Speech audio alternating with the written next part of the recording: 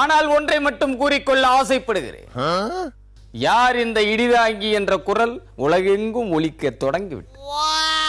கோட்டையிலே கோடை மழை பொழிய செய்வதற்காக மேடைதோறும் சலம்பிக் கொண்டிருக்கும் இந்த கோமாளி அரசியலில் ஒரு புதிய வீச்சை ஏற்படுத்தி கொண்டிருப்பதை பற்றித்தான் ஊரெங்கும் பேசிக் கொள்ளுகிறார்கள். அரசியலில் பரவியிருக்கும் காய்ச்சலை போக்க வந்த புதிய பாய்ச்சல், கரைவேட்டியில் படிந்திருக்கும் கரைகளை களைய வந்திருக்கும் கரப்பான் பூச்சி என்றெல்லாம் இடிதாங்கியை பற்றி அரசியல் விஞ்ஞானிகள் புகழ்ந்து கொண்டிருக்கிறார். ஆக மே 16 சனி பெயர்ச்சி நடக்கப் போகிறது என்பது தெளிவாகிவிட்டது.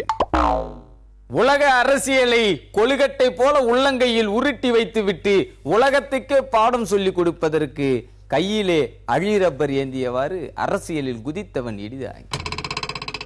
எங்கெல்லாம் தவறுகள் நடக்கிறதோ அங்கெல்லாம் இடிதாங்கியின் அழிரப்பர் வேலை செய்யும். அதனால் தான் இடிதாங்கிக்கு அழிரப்பர் சின்னம் தாருங்கள் என்று அழுது அழுது சொன்னேன். ஆனால் வரைந்த மீசையை அழிப்பதற்கு அழிரப்பர் தேவையில்லை என்று மறுத்துவிட்டார்கள். பரவாயில்லை, சின்னம் எதுவாக இருந்தால் என்ன, பசை இருக்கும் இடத்தில் தான் பாசம் ஒட்டிக்கொள்ளும். தமிழக மக்களின் மனங்களின் ஈசாந்தி மூலையில் ஒரு ஈயை போல ஒட்டி கொண்டிருப்பவன் இடிதாங்கி. அவர்களின் அடிப்படை தேவைகள் என்னென்ன என்று அக்குவேராக ஆணிவேராக அறிந்து அதை தீர்த்து வைப்பதற்காக வாய்ப்பந்தல் போடுவதில் முந்தி நிற்பவன் இந்த இடிதாங்கி. வாக்காளர்களுக்கு எத்தனையோ ஆசைகள் இருக்கலாம், ஆனால் அந்த ஆசைகளை எல்லாம் நிவர்த்தி செய்துவிட்டால் இடிதாங்கிக்கு வேலை இல்லாமல் போய்விடும். தேர்தல் வாக்குறுதிகளின் மேல் வாக்காளர்களின் கண்கள் படிந்திருக்கும் வண்ணம் பளிச்சென்று இருந்தால்தான் வாக்கு வங்கி வீங்கியபடியே இருக்கும். அதனால்தான் தேர்தல் வரும்போதெல்லாம் வாக்காளர் பெருமக்களின் கைகளில் அரிப்பு ஏற்படுத்தும் வண்ணம் இலவச அறிவிப்புகளை அள்ளி தெளித்துக் கொண்டிருக்கு.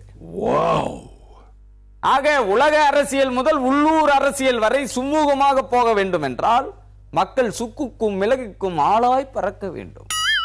அடிப்படை தேவையாக இருந்தாலும் சரி, அடிப்படையே இல்லாத தேவைகளாக இருந்தாலும் சரி, அவை கிடைத்தும் கிடைக்காத நிலையில் இருந்தால்தான் இடிதாங்கி தொடர்ந்து அரசியல் நடத்த முடியும்.